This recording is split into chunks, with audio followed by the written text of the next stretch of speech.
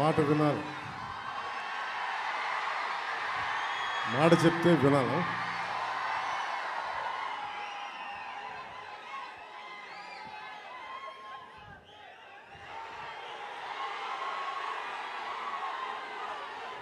ఈ సభకి Harihara Veeramallu pre release ఈవెంట్కి విచ్చేసిన పెద్దలు ప్రతి అందరికీ మా తోటి కూటమి ఎన్డీఏ కూటమి నాయకులందరికీ ముందుగా నా హృదయపూర్వక నమస్కారాలు. గౌరవ mayor first citizen of Visakhapatnam Shri Peela Srinivasarao గారికి మనస్ఫూర్తిగా నా హృదయపూర్వక నమస్కారాలు. అలాగే వంశీకృష్ణ యాదవ్ గారికి,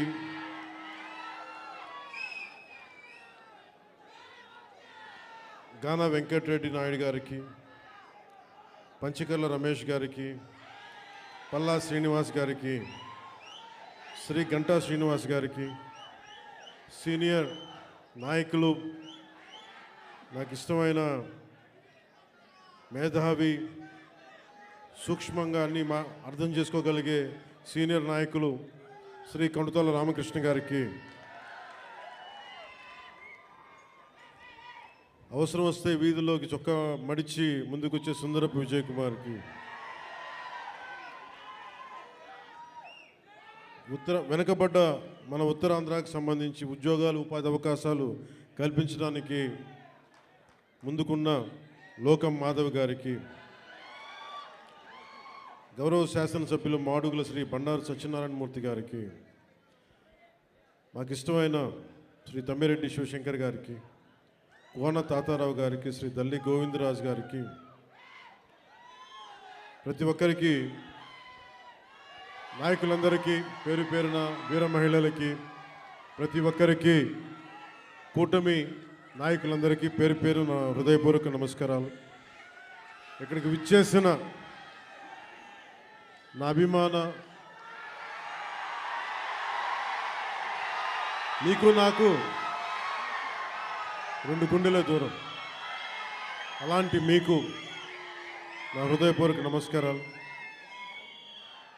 ఒక 1000 మంది వస్తే 10 మంది కూటమి చేరితే ఎలాంటి పరిస్థితులు ఉంటాయో అనే పరిస్థితుల్లో ఎంతో శ్రమ తీసుకొని పోలీస్ అధికారులందరూ కూడా సహకరించినందుకు వారికి నా హృదయపూర్వక నమస్కారాలు చెప్పబోయే ముందు, మనకి ఈ వేదికనిచ్చిన vice chancellor Andhra university professor GP Rajasekhar గారికి నా హృదయపూర్వక ధన్యవాదాలు. అలాగే commissioner of police Visakhapatnam Shri Shanka Bhrata Bagchi గారికి, Shri Harendra Prasad collector district magistrate Visakhapatnam, Shrimati Ajitha Vejendla DCP 1 DCP గారికి, మీడియా మిత్రులకి, పోలీస్ డిపార్ట్మెంట్లో ఉన్న ప్రతి ఒక్క మా కానిస్టేబుల్ సోదరులకి, మా ఎస్ఐఎల్కి, మా సిఏ ఆఫీసర్స్కి, డిఎస్పీలకి, ప్రతి ఒక్కరికి నా హృదయపూర్వక నమస్కారం. నాకు వైజాగ్ విశాఖపట్నం నాకు చాలా గుండెల్లో ఉన్నది. అంటే చాలామంది అనుకుంటూ ఉంటారు, ఈ పవన్ కళ్యాణ్ అనేవాడు ఏ ఊరు వెళ్ళినా ఆ ఊరిలో ఉంటాడని చెప్తాడేంటి అనుకుంటా ఉంటాడు.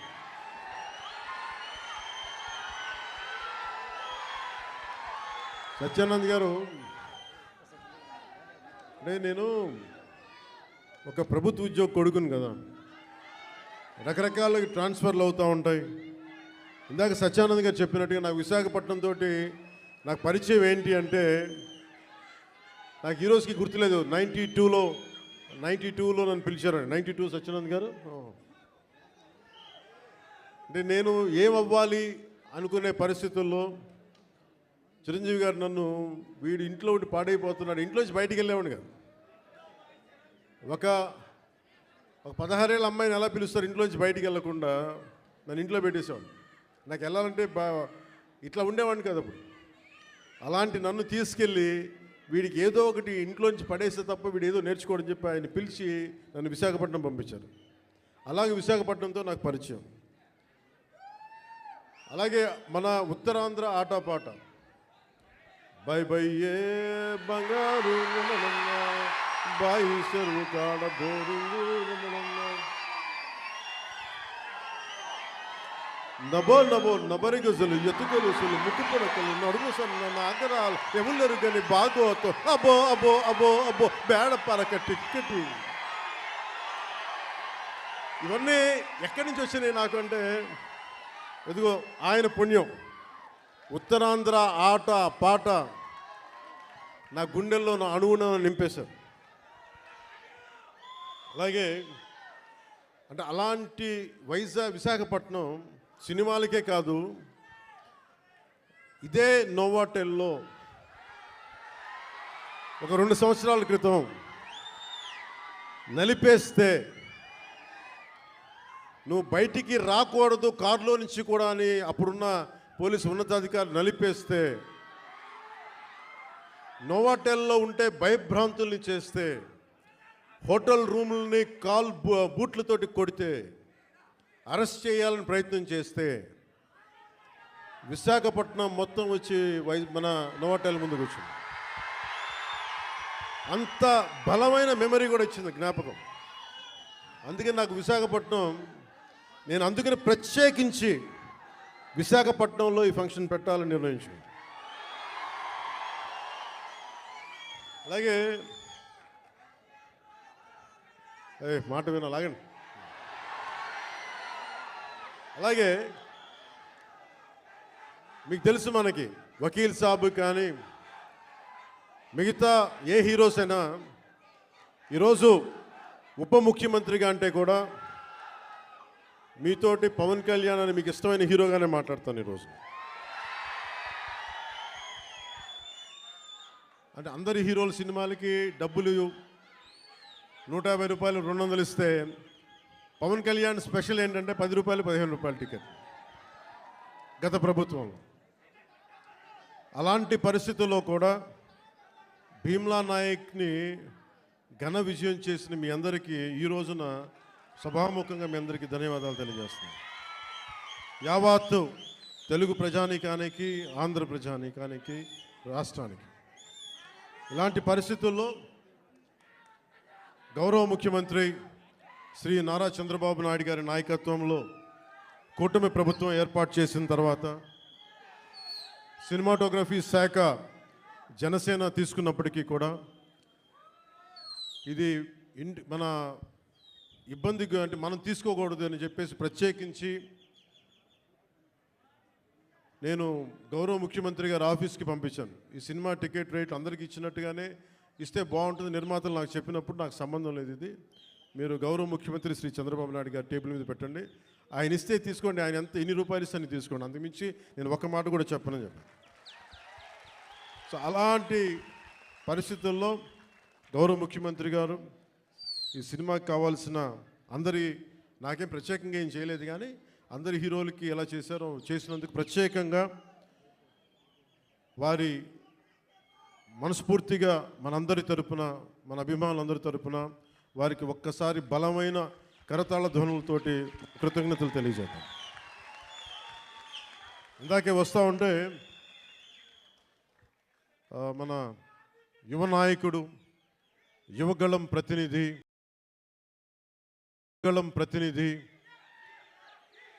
100 కిలోమీటర్లు ప్రయాణించిన నాయకుడు, తెలుగుదేశం యువ సారథి శ్రీ నారా లోకేష్ గారు ట్వీట్ చేసి పవనన్న సినిమాలు బాగుండాలి, ఘన విజయం సాధించాలి అని మనస్ఫూర్తిగా ట్వీట్ చేసినందుకు వారికి నా ప్రత్యేక ధన్యవాదాలు, కృతజ్ఞతలు తెలియజేసుకుంటున్నాను.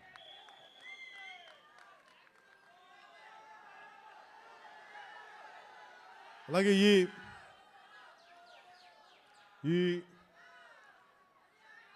ఈ ప్రమోషన్ ముఖ్యంగా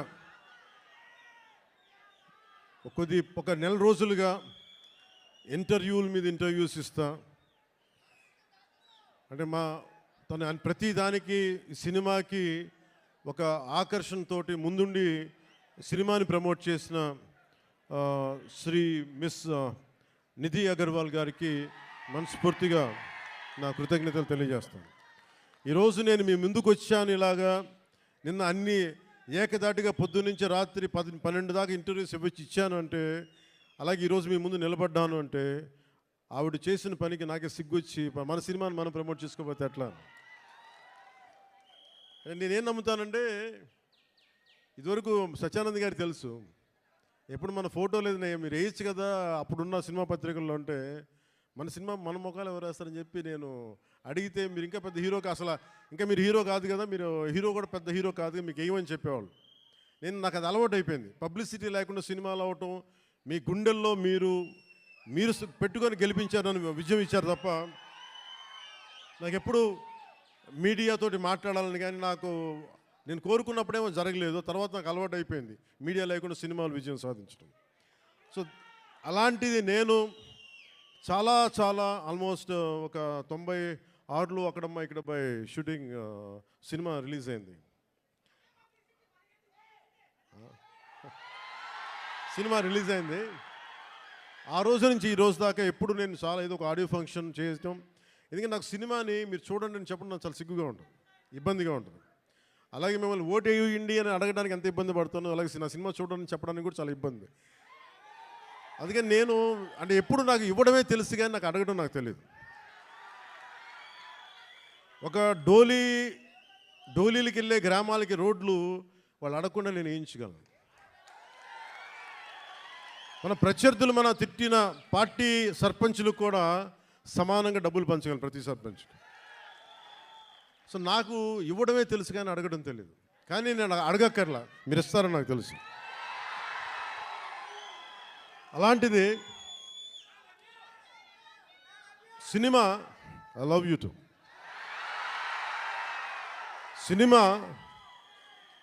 సినిమా ఎంత బలమైందంటే, అంటే నేను మీతోటి ఎందుకు పంచుకుంటున్నానంటే, ఇది సార్ మీరంతా కాళ్ళు నింపలేసి కొంచెం ఎక్కువసేపు మాట్లాడతాను మా వాళ్ళతో. కొంచెం చైర్స్ వేయకూడదు, చైర్స్ వేయండి పాపం. ప్రతిసారి నేను మాట్లాడుతూ ఉంటే నలిగిపోతూ ఉంటాను, కొంచెం ప్రశాంతం కూర్చుంటాను. కొంచెం చైర్స్ ఉన్నాయా అన్నా, కొంచెం చైర్స్ వేయించండి. నించోవాలా కాదు, నేను కాదు వాళ్ళు. అంటే నాకు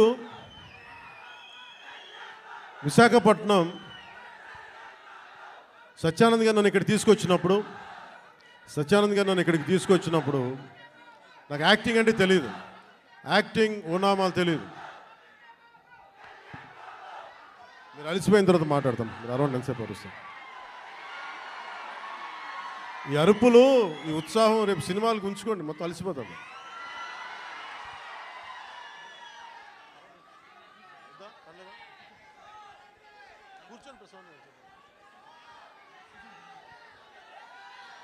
నేను మీతోటి నా అనుభవాలు పంచుకుంటాను. అంటే నేను మీరు ఇప్పుడులా కనిపించే సత్యానంద్ గారు నాకు పరిచయం అయ్యే టైంకి నాకు బయటికి 10 మంది మధ్యలోకి రావాలంటే చాలా ఇబ్బంది ఉండేది. రూమ్లోంచి బయటికి రావాలంటే సిగ్గుపడిపోయేవాడిని, ధైర్యం ఉండేది కాదు. కానీ లోపల చాలా ఆలోచించేవాడిని. ఏదన్నా సరే బయటకు వచ్చి ఏదైనా మాట్లాడాలి, గొంతు పెగల్చాలి అంటే లోపల బిగుసుకుపోయేది, భయం వచ్చేది, గొంతంతా ఉండలు చుట్టుకుపోయేది. అలాంటి సమయంలో మా అన్నయ్య గారు అడిగారు, నువ్వేమవ్వాలని ఉందా అంటే, నేను చాలాసేపు ఆలోచించాను. జస్ట్ బతకాలి ఉందని చెప్పాలనుకున్నా. ఆ మాట అంటే కొడతాడని చెప్పలే, ఏదో తెలివితేటలు చూపించుకున్నా. కానీ నాకు లోపల ఏముండిందంటే, నాకే కోరికలు లేవు. నాకు చిన్నప్పటి నుంచి నాకు పెద్ద ఏం కోరికలు లేవు.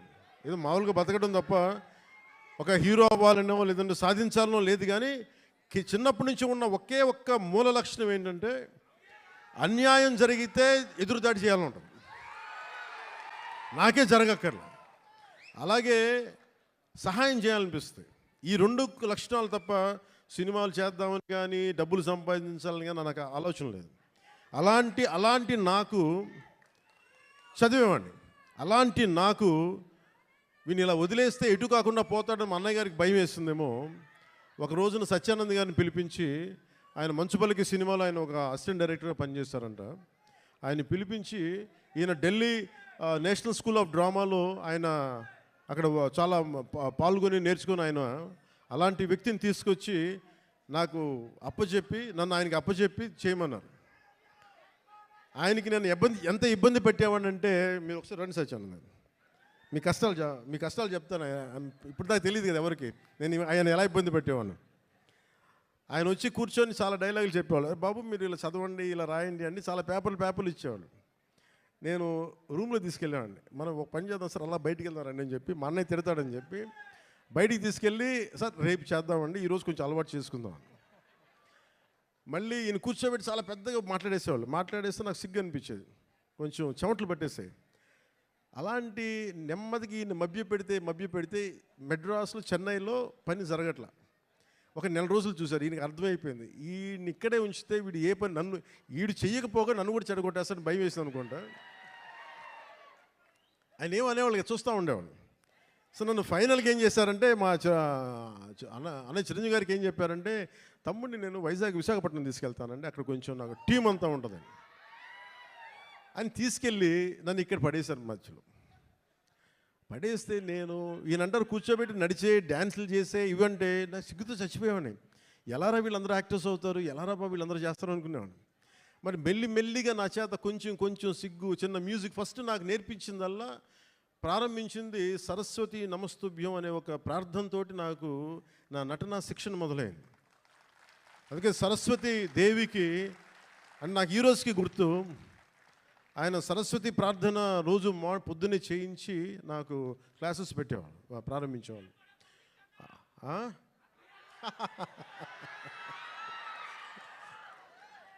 అలాగే ఆయన అలా స్టార్ట్ చేసి నాకు ముందు ఆటపాట చెప్పారు, మన ఉత్తరాంధ్ర ఆటపాట. అవి నాకు చాలా ఇంట్రెస్ట్ వచ్చింది. మెల్లిగా ఆయన్ని చిన్న ఏమంటుంది, పాముని ఏమంటుందని ఒక వైల్డ్ యానిమల్ని ట్రైన్ చేస్తారు చూసారా, అలా కొద్దిగా టేమ్ చేసి ట్రైన్ చేసి ఒక 2 అక్కడ దాకా తీసుకొచ్చాను నన్ను. అంటే నోట్లో నుంచి ఒక వాక్యం, అమ్మ ఇట్రా నాన్న నేను బయటికి వెళ్తున్నాను చెప్పడానికి కూడా నేను తటపాయించే నా వ్యక్తిత్వానికి ఒక 1.5 hour ఒక స్ట్రీట్ ప్లే చేయించిన గంత బై ద ఎండ్ ఆఫ్ 2 నెలలు. సో నన్ను అంత ట్రైన్ చేసి నేను నేర్చుకున్నది ఏంటంటే, నటన నేర్చుకోలేదు ఈయన దగ్గర, ధైర్యాన్ని నేర్చుకున్నాను ఈయన దగ్గర.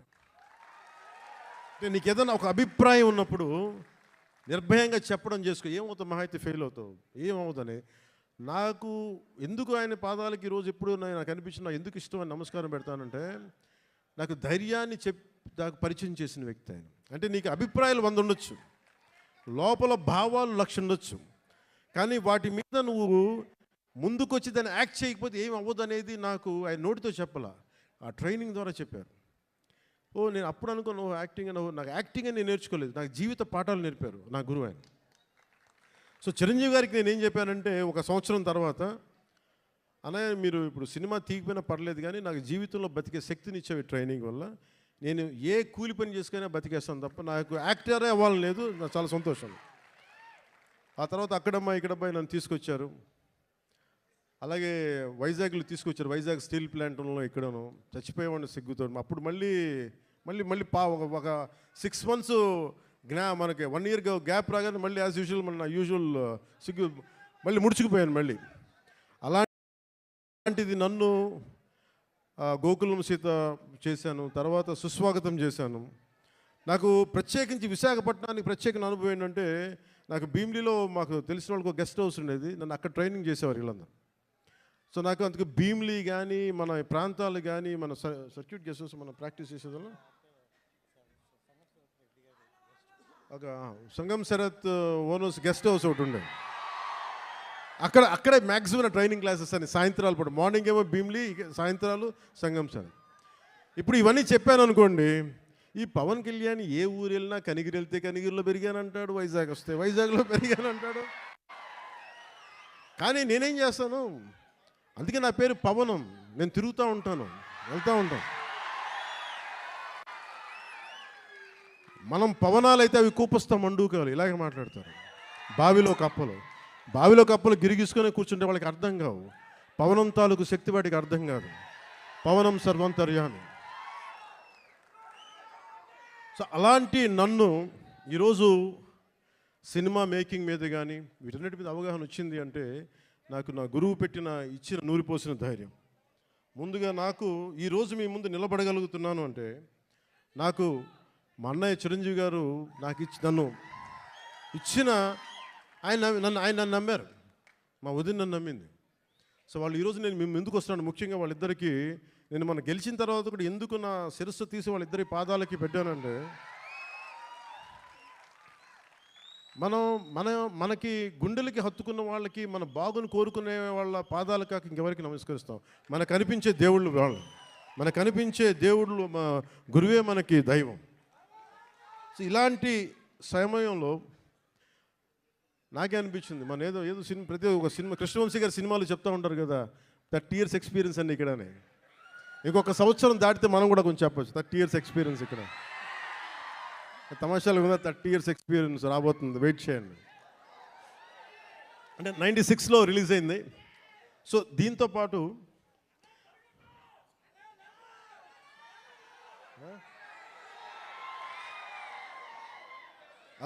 అలాంటి నాకు యాక్టింగే కష్టం అనుకుంటే మళ్ళీ నా అవసరం అంటే నేను బాగా చదివేవాడిని. అంటే అందరిలాగా కాలేజీకి వెళ్ళలేదు, కానీ చాలా విపరీతమైన పుస్తక పఠనం ఉండేది. దాని ద్వారా నాకు ఏమనిపించిందంటే మేధోశక్తి చాలా అవసరం. కానీ నాకు ఫిల్మ్ మేకింగ్ మీద, సినిమా క్రాఫ్ట్మెన్షిప్ మీద ఇవన్నీ నాకు ఇంట్రెస్ట్ వచ్చి స్క్రీన్ ప్లే రైటింగ్ కావచ్చు, స్టోరీ రైటింగ్ కావచ్చు, లేదంటే డైరెక్షన్ కావచ్చు, టెక్నికల్ ఆస్పెక్ట్స్ కావచ్చు, ముందు ఇవి అలవాటైనాయి. తర్వాత యాక్టింగ్. అందుకని మీరు చూస్తే నా యాక్టింగ్ కూడా చాలా మంచి నటుల్లాగా క్యారెక్టర్ మారిపోను. మ్యాక్సిమం నేనేం కోరుకుంటానంటే నేను రియల్ లైఫ్లో ఏం చేయగలనో దానికి దగ్గరగా ఎత్తుక్కుంటాను. అన్నీ చేయలేకపోవచ్చు, కానీ కొంతవరకు మ్యాక్సిమం నేను నిజ జీవితంలో ఏం చేయగలిగానో అవి చేస్తాను. అలాగా ఈ సినిమాకి సంబంధించి బిగ్గెస్ట్ నాకు బ్లాక్ బస్టర్ ఇచ్చిన ఏఎం రత్నం గారు కుష్ లేని కోరికతోటి, డైరెక్టర్ క్రిష్ గారు ఒక 2019 ఇప్పుడు 18 ఆ సమయంలో నాకు ఒక కథ చెప్పి, అది నేను 2019లో ఓడిపోయిన తర్వాత ఈ సినిమా ఒక్క నిమిషం ఇబ్బంది కొంచెం చాలు ప్లీజ్ సార్, అది వినాలి, మనవాడు చెప్తున్నాడు, అది వినాలండి. అంటే ఇలాంటి సమయంలో నాకు ఒక కథ చెప్పి, ఒక పీరియడ్ ఫిలిం అని చెప్పి చాలా ఇబ్బందులు పడ్డాం. అది 2 కరోనా సీజన్స్ వచ్చినాయి, 2 కరోనా వేవ్స్ వచ్చినాయి, నలిగిపోయాం. తర్వాత మీకు తెలుసు విశాఖపట్నం గొడవలు, తర్వాత గౌరవ ముఖ్యమంత్రి గారిని మనకి రాజమండ్రి ఎపిసోడ్ మీకు తెలుసు. వీటన్నిటి వల్ల సినిమా 3వసారి మన రాజకీయ పరిస్థితుల్లో లేట్ అయింది. అందుకని ఈ సినిమాకి ప్రత్యేకించి వచ్చినప్పుడు నేను ఉప ముఖ్యమంత్రిగా బాధ్యతలు తీసుకున్న తర్వాత కూడా సడన్గా మన పార్టీ ఆఫీస్ కోతవేటు దూరంలో ఉన్న అక్కడ ఉన్న స్థానికంగా మనం మిడ్ వ్యాలీ స్టూడియోస్లో మిడ్ వ్యాలీ స్థలాన్ని స్టూడియోగా మార్చుకొని నేను ఈ సినిమాని ఓజీని రెండింటిని కంప్లీట్ చేశాను. అంటే ఎక్కడా కూడా మనం తీసుకున్న శాఖలకి ఇబ్బంది లేకుండా, అది పంచాయతీరాజ్ శాఖ కావచ్చు, ఫారెస్ట్ డిపార్ట్మెంట్ కావచ్చు, ఎన్వైర్న్మెంట్ కావచ్చు, వీటన్నిటికీ ఇబ్బంది కలగకుండా ఈ సినిమాని ఫినిష్ చేశాం. మధ్యలో ఈ మూల కథని కానీ ఒక బలమైన శాతం, అంటే దాదాపు ఒక 30%, 40%, దాదాపు 30% ఆ సినిమాని కృషి డైరెక్ట్ చేసినట్టున్నారు. ఆయన మొదలుపెట్టిన ఈ కథని చాలా మధ్యలో ఆయన కొన్ని వ్యక్తిగత కారణాలు కావచ్చు, మిగతా ఇతరత్ర కారణాల వల్ల ఆయన ప్రాజెక్ట్ నుంచి పక్కకి వెళ్ళిపోయినప్పటికీ కూడా ఆయన ఎప్పుడు ఈ ప్రాజెక్ట్ ముందుకెళ్ళాలని కోరుకున్న ఒక మంచి దర్శకులు ఆయన. కృషి గారికి మీ అందరూ మనస్ఫూర్తిగా ఈ రోజున మనం ఇక్కడ ఉన్నామంటే దీని మూల కారకుడు ఆయనకి మనస్ఫూర్తిగా మనం ధన్యవాదాలు తెలియజేయాలి. ఈ సినిమాని ఎవరితో ముందుకు వెళ్ళాలనుకున్నప్పుడు రత్నం గారు మన జ్యోతి గారిని తీసుకొచ్చారు. జ్యోతి కృష్ణ గారు వారి అబ్బాయి ఏఎం రత్నం గారి అబ్బాయి, లండన్ ఫిల్మ్ మేకింగ్ నేర్చుకొని వచ్చిన వ్యక్తి, డైరెక్టర్ కూడా ఆయన ఈ సినిమాని ఇంత తక్కువ కాలంలో ఎఫెక్టివ్గా చేయగలిగారంటే ఇది ఆయన సత్తా. తర్వాత కృష్ణ గారు రాసిన ఒరిజినల్ స్క్రీన్ ప్లేకి ఆయన మార్పులు చేర్పులు అన్నీ పట్టుకొచ్చి చాలా పగడ్బందీకి ఈ రోజున 2:34 అనుకుంటాను, అపార్ట్ ఫ్రమ్ మిగతా అన్ని టైటిల్స్ పక్కన పెడితే చేయగలిగారంటే దానికి జ్యోతి కృష్ణ గారు తీసుకున్న విపరీతమైన శ్రమ. ఆయన మనస్ఫూర్తిగా నా ధన్యవాదాలు తెలుపుకున్నాను. ఎందుకంటే నేను మేము సినిమాల్లో ఏం చేసాము అని చెప్పడానికంటే కూడా రేపు పొద్దున మీరు చూసి ఇంకొక ప్రీమియర్ షోస్ కూడా పడిపోతాయి. కాబట్టి మీరు చూసి మీరు నాకు తెలియజేయండి. ఎందుకంటే నాకు ఎప్పుడు కూడా మన సినిమా బ్లాక్ బస్టర్ అయిపోద్ది, మన సినిమాలు రికార్డులు బద్దలు కొట్టేస్తాయి, మన సినిమా ఆ సీన్ అద్భుతంగా ఉంటుంది, నాకు చెప్పడానికి ఏంటంటే కొంచెం ఇబ్బంది ఉంటుంది. ఎందుకంటే నేను ఏ సినిమాలు కూడా ఎంత రికార్డు చేస్తే నేను ఎప్పుడూ తెలియదు. నేను సరస్వతి దేవిని ప్రార్థిస్తాను, కృష్ణుడిని నమ్ముతాను. కర్మ చేయి, ఫలితం భగవంతుడికి వదిలేయాలి. అలాగే ఈరోజు మేము ఇంత చేసాం, మనం ఇంత చేసాం, వదిలేస్తున్నాం. ఆ ఫలితం భగవంతుడు సత్ఫలితం ఇవ్వాలని మనస్ఫూర్తిగా నేను కోరుకుంటూ అంటే సినిమా మేకింగ్ నాకేంటి, సినిమా చాలా ప్యాషనేట్ నాకు.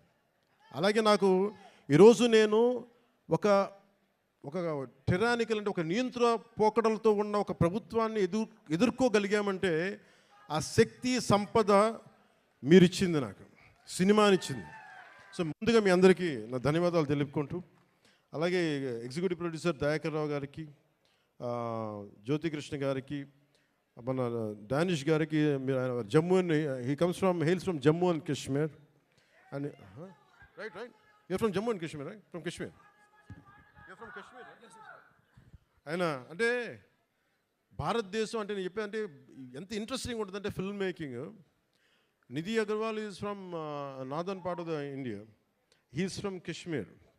మేమేమో ఇక్కడి నుంచి వస్తాం. అలా ఒక్కొక్క యాక్టర్ని తీసుకుంటూ కొంతమంది విదేశాల నుంచి వచ్చారు. అంటే ఫిల్మ్ మేకింగ్, సినిమా అనేది దీనికి కులం లేదు, మతం ఉండదు, race, religion, region, linguistic barriers ఏముండవు. మేమందరం కూర్చొని దేనికి పనిచేస్తామంటే మీకు ఆనందం కలిగించాలి. ఒక బలమైన కథ చెప్పేటప్పుడు మీరు థియేటర్లో కూర్చొని ఇలా కొట్టి బాగుంది ఆహా అనిపించాలి, దానికోసం ఒక ప్రయత్నం చేస్తాం అందరం. నేనంటే కదా, ఏ హీరో అయినా సరే, ఏ ఫిల్మ్ మేకర్ అయినా సరే, ఇలాంటి మేమందరం కష్టపడుతున్నప్పుడు నాకు చాలాసార్లు అనిపించేది ఈ సినిమా సరిగ్గా రూపుదిద్దుకుంటుందా, ఎట్లా ఉందో ఇప్పుడు ఒక భయం ఉండేది నాకు. కానీ ఎప్పటికప్పుడు ఒక చిన్న ట్రైలరు రిలీజ్ చేసి క్రిష్ గారు దాని మ్యూజిక్ నాకు ఎప్పుడు ఒక జీవాన్ని పోసేది. ఈ రోజున సినిమాని ఇంత బలంగా మనం ఒక బలమైన పాజిటివ్ నోట్ ఉంది అంటే ఈ సినిమాకి నాలాంటి హీరో కంటే వీళ్ళందరికంటే కూడా దీన్ని నమ్మిన వ్యక్తి academy Oscar winner Shri Keeravani గారు, ఎంఎం కీరవాణి గారు. అంటే ఆయన కనుక సినిమాకి డైరెక్షన్ లేకపోతే ఈ సినిమా ఇంత అద్భుతంగా వస్తా నాకైతే సందేహం. ఆయన లేకపోతే, కీరవాణి గారు లేకపోతే హరిహర వీరమల్లు అనే సినిమా లేదు. మేము ఎంత గొప్ప కథ చేసినప్పటికీ, మేము ఎంత బాగా నేను యాక్ట్ చేసినప్పటికీ దాన్ని ఆ ఎమోషన్స్ని సరిసమానంగా దాన్ని ముందుకు తీసుకెళ్ళగలిగే నేపథ్య సంగీతం కానీ సాంగ్స్ కానీ లేకపోతే అది దానికి ఆ శక్తి సరిపోదు. అలాంటిది ఆయన ఇలాంటి మన అలాంటి ఒక ఆస్కర్ అవార్డు గ్రహీత మన విశాఖపట్నంకి వచ్చి, లేదంటే మన హైదరాబాద్కి వచ్చి అక్కడ శిల్పకళ వేదిక కావచ్చు, ఇక్కడ మన ఈ వేదిక కావచ్చు, ఇక్కడికి వచ్చి చేస్తున్నారంటే ఒక అకాడమీ అవార్డు విన్నర్ మన దగ్గరికి వచ్చి మన ఆడిటోరియంస్లో కూర్చున్నట్టు అది మనందరం చేసుకున్న అదృష్టం, మన భారతదేశం చేసుకున్న అదృష్టం. అంటే మాకు తెలుగు పాట అది నాటు కదా, నాటు అని చెప్పి ఒక పాట కొడితే దానికి ఆస్కార్ వస్తుందా అని మనం ఎవరైనా సరే జ్యోతిష్యం చెప్తే నమ్ముతాం. బట్ కానీ దాని శక్తి రాజమౌళి గారు లాంటి దర్శకులు కావచ్చు, దాన్ని తీసుకెళ్ళిన రామ్ చరణ్ గారు, జూనియర్ ఎన్టీఆర్ గారు కావచ్చు, అంటే ఇంతమంది కలయికతోటి వాళ్ళందరూ బలంగా వేయగలిగారంటే మనం సంగీత దర్శకుడు అనేవాడు బలమైన అసలు రక్తి కట్టించగలిగే సంగీతాన్ని ఇవ్వలేకపోతే దానికి చంద్రబోస్ గారు లాంటి ఒక లిరికల్ రైటర్ దానికి సరైన లిరిక్స్ అందించకపోతే అది ముందుకెళ్ళదు. అలాంటిది మనకి ఇద్దరు ఆస్కర్ విన్నర్స్ ఉన్నారు, వాళ్ళని లిరికల్ రైటర్ దానికి సరైన లిరిక్స్ అందించకపోతే అది ముందుకెళ్ళదు. అలాంటిది మనకి ఇద్దరు ఆస్కర్ విన్నర్స్ ఉన్నారు, వాళ్ళని చంద్రబోస్ దాదాబాని శ్రీ ఎంఎం కీరవాణి గారు. మనందరం కూడా చాలా చాలా ఒక తెలుగువాడిగా కాదు, ఒక భారతీయుడిగా మనందరం చాలా గర్వపడాల్సిన విషయం. సో అలాంటి దర్శకులు, సంగీత దర్శకులు మన హరిహర వీరమల్లుకి నిన్న రాత్రి చూశాను మొత్తం, కొంచెం అన్ని నేను రీల్స్ టెస్ట్ చేస్తాను ఫస్ట్ టైం చాలా సంవత్సరాల తర్వాత. ఖుషి తర్వాత మళ్ళీ నేను ప్రతి రీల్ చూడడం, ఎందుకంటే నేను సడన్గా డబ్బింగ్ తర్వాత సినిమాలు చూడండి, నాకు భయం సినిమాలు చూడాలంటే. ఇందులో డైలాగులు ఉండవు, యాక్షనే ఉంటుంది. ధర్మం జోలికి వస్తే తాట తీసేస్తామనే ఉంటుంది తప్ప. ఏం తల్లి బాగున్నావా? గుర్తుంది, మన ఆఫీస్లో కలిసాము. అవును గుర్తుంది. గుర్తుంది గుర్తుంది.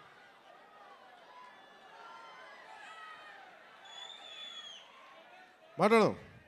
ఈతమాను ఇల్లు కాదు, తాటిమాను తావు కాదు, తగిలినోడు మొగుడు కాదు, తగరము బంగారు కాదు. అంటే ఇది మన ఉత్తరాంధ్రాదికి చాలా దగ్గరగా ఉంటుంది. అందుకే నా చేత పాడించారు అనుకుంటా బహుశా కీరవాణి గారు. ఇలాంటి మన కీరవాణి గారు నేను చాలా సంవత్సరాల తర్వాత, ఖుషి తర్వాత, బాబు నువ్వు ఒక్కడే ఎక్కువ డిస్టర్బ్ చేస్తున్నావు, వాగమ్మ ఒక్క నిమిషం చాలు, చాలు ఓకే ఓకే చాలు. చాలా సంవత్సరాల తర్వాత, ఖుషి తర్వాత ఈ సన్నివేశం, ఇది రెండు భాగాల సినిమా అయింది. ఆఖరి భాగం, ఈ ఫస్ట్ పార్ట్ ఎలా ఎండ్ చేయాలి అని అనుకున్నప్పుడు, ఇది హిస్టరీ మనందరికీ అర్థం కావాలి. నేను నిన్న నుంచి ఇంటర్వ్యూస్ ఇస్తుంటే మీరందరూ కొద్దిమంది చూసే ఉంటారు. మీరందరూ చూస్తే నేను ప్రామినెంట్గా చెప్తుంది, ఈ సినిమా మీకు ఏమి ఇస్తుంది, ఎలాంటి అనుభవం ఇస్తుంది, ఏం చూడాలి, ఏం చెప్పాలనుకుంటున్నారు ఈ సినిమా అంటే. నాకు cinema is a purely entertainment. నేను డబ్బులు తీసుకొని సినిమాకి వెళ్తే నాకు ఎంటర్టైన్ చేయాలి. నేనే నమ్ముతానంటే నా సినిమాని ఎడ్యుటైన్ చేయాలి అనుకుంటాను. ఎడ్యుటేషన్ అంటే మనల్ని ఎడ్యుకేట్ చేయాలి, మళ్ళీ ఎంటర్టైన్ కూడా చేయాలి. నేను అలాంటి సినిమాలు ఇష్టపడతాను. సో నా సినిమాలు ఎంతో కొంత నాకున్న ఆలోచన ప్రాసెస్ని బెటర్ చేయాలి. అలాంటి పరిస్థితుల్లో నాకు కృషి గారు చెప్పిన కథ ఏంటంటే, మన కృష్ణానది తీరంలో దొరికిన మనకి వజ్రాల గనులు ఉన్నాయి. ప్రపంచంలో అప్పుడు ఇంకా వజ్రాల గనులు కనుగొనల. అలాంటి టైంలో మన కృష్ణానది తీరం కొల్లూరులో ఉన్న, మన మంగళగిరి దగ్గరలో ఉన్న ఒక 60-70 కిలోమీటర్ల దూరంలో ఉన్న కొల్లూరులో దొరికిన ఒక వజ్రం కోహినూర్. ఆ కోహినూర్ని గోల్కొండ నవాబ్ కులీ కుతుబ్ షా చేతికి వెళ్తే అది అక్కడి నుంచి మొఘలాయిల చేతికి వెళ్ళి ఆ తర్వాత ఇప్పుడు అది లండన్ మ్యూజియంలో ఉంది. సో నాకు నచ్చిన ఐడియా ఏంటంటే కోహినూర్ని దొంగిలించడం. కోహినూర్ ఎవరి చేతిలో ఉంది? కోహినూర్ పీకాక్ త్రోన్ మీద ఉంటుంది, నెమలి సింహాసనం మీద ఉంటుంది. ఆ నెమలి సింహాసనాన్ని మీద ఎవరు కూర్చొని ఉన్నారు? కంటకుడైన పాలకుడు, ఒక కంటకుడైన పాలకుడు ఔరంగజేబ్ కూర్చొని ఉన్నాడు. అలాంటి ప్రజాకంటకుడు, దుర్మార్గుడు అయిన ఔరంగజేబ్ కూర్చున్న నెమలి సింహాసనం పైన ఉన్న ఆ కోహినూర్ వజ్రాన్ని దొంగిలించాలి, అది తిరిగి వెనక్కి తీసుకురావాలి అని కులీ కుతుబ్ షా ఆదేశించినప్పుడు ఈ సినిమా పరిస్థితుల్లో హరిహర వీరమల్లకి ఒక కల్పిత పాత్రకి ఇక్కడి నుంచి మొదలు పెడతాడు. ఇది ఇక్కడి నుంచి హైదరాబాద్ గోల్కొండకు పోతుంది, చార్మినార్లో కొన్ని సంఘటనలు జరుగుతాయి, అది అక్కడి నుంచి ఢిల్లీ దాకా పోతుంది. ఢిల్లీ ఈ మొదటి భాగం ఎక్కడ ఆగుతుందంటే, ఢిల్లీ కోటకి, ఎర్రకోటకి వెళ్ళబోయే ముందు ఎట్లాగైతేనూ చివరి దాకా వెళ్ళాడు, ఎక్కడ అతను ఔరంగజేబ్ కలుసుకున్నారా లేదా అనేది, ఎలా ఎదుర్కొన్నారు, తర్వాత ఏం జరిగింది అనేది సెకండ్ పార్ట్. సో ఈ సినిమా ఏం చేయగలదు మనం అనుకుంటే, నేను ఎప్పుడు కూడా, చాలామంది సనాతన ధర్మం అంటే ఇది నాట్ అగేన్స్ట్ ఎనీ రిలీజన్. సనాతన Dharma is not against Christianity. సనాతన Dharma is not against Islam. Sanatana Dharma is something which unites us all. అందరిని కలుపుకు తీసుకెళ్ళాను. కానీ అలాంటి సనాతన ధర్మం అంటే మీరు చెప్పండి, అలాంటి సనాతన ధర్మాన్ని అంటే ఇమాజిన్, ఔరంగజేబ్ లాంటి పాలకుడు పరిపాలించే సమయంలో మనం ఊహించుకోగలమా? ఒక రోజున ఇదే భారత వనిలో, ఇదే భారత నాడులో నువ్వు హిందువుగా ఉండాలంటే జిజియా ట్యాక్స్ పే చేయాలి అని. అలాంటి సందర్భాలు ఉన్నాయి మనకి. నేనేమంటే I'm not against any kings, I'm not against Aurangzeb, I'm not against any Mughal ruler. నేనేమంటే తప్పులు జరిగినప్పుడు అన్నీ సమానంగా తెలియజేయాలి. మనకు చాళుక్యుల గురించి తెలుసా? మనకి పాండ్య రాజుల గురించి తెలుసా? విజయనగర రాయలు మన రాజ్యం గురించి తెలుసా? మనకి మన హిస్టరీ బుక్స్లో more about Mughals and less about other Kings. So ఈ సినిమా ఏం ఎక్స్పోజ్ చేస్తుంది అంటే, ఈ సినిమా ఈ ప్రాసెస్లో, కోహినూర్ని తెచ్చే ప్రాసెస్లో హీరోకి జరిగే కొన్ని సంఘటనలు ఏం జరుగుతాయి అంటే, జిజియా ట్యాక్స్ పే చేయడం. నువ్వు హిందూగా వెళ్ళాలి అంటే నువ్వు పన్ను కట్టాలి. సో పన్ను ఆ కట్టే సమయంలో that is the action episode ఉంటుంది. అంటే ఒక రిలక్టెంట్ వారియర్, యుద్ధంలో పాల్గొనాలని లేదు వాడికి, ఎదుర్కోవాలని లేదు, తన బతకాలనుకునేవాడు. అలాంటి వ్యక్తికి ఎలాంటి పరిస్థితులు వచ్చినాయి, ఎలా తిరగబడ్డాడు, ఆ కోహినూర్ వజ్రం వెళ్ళే ప్రాసెస్లో ఏమేమి జరిగినాయి, అది బేసిక్గా ఈ ఫస్ట్ పార్ట్ కథాంశం. సో మేము కోరుకున్నది ఏంటంటే, ప్రత్యేకించి నేను ఎందుకు డిజైన్ చేసిన యాక్షన్ సీక్వెన్స్ అంటే, నాకు పోరాటాలు చేసేటప్పుడు ఒక్కడిని కొడితే 10 మంది చెల్లా చెదురు పడిపోవడం నాకు నా రేషనల్ మైండ్కి, నా లాజికల్ మైండ్కి ఇబ్బందిగా ఉంటుంది. ఇంకా నేను మార్షల్ ఆర్ట్స్ చదివాను, దాని ఫిలాసఫీ చదివాను, నేర్చుకున్నాను, ప్రాక్టీస్ చేస్తాను. ఈ మధ్యన పాలిటిక్స్కి వచ్చి వదిలేశాను, కానీ లేదంటే నేను రెగ్యులర్లీ నేను ఎస్క్రీమ్ అలాంటి మార్షల్ ఆర్ట్స్ని ప్రాక్టీస్ చేస్తూ ఉంటాను. ఎందుకంటే నేను strong body with strong mind is essential for every human. ఇది నేను నమ్ముతాను. అంటే ఒక బలమైన శరీరం ఉండాలి, ఒక బలమైన మనసుతో పాటు బలమైన శరీరం కూడా ఉండాలి. ఇది నేను నమ్మేవాడిని మనస్ఫూర్తిగా. అందుకే నేను మార్షల్ ఆర్ట్స్ని చాలా బలంగా నమ్ముతాను.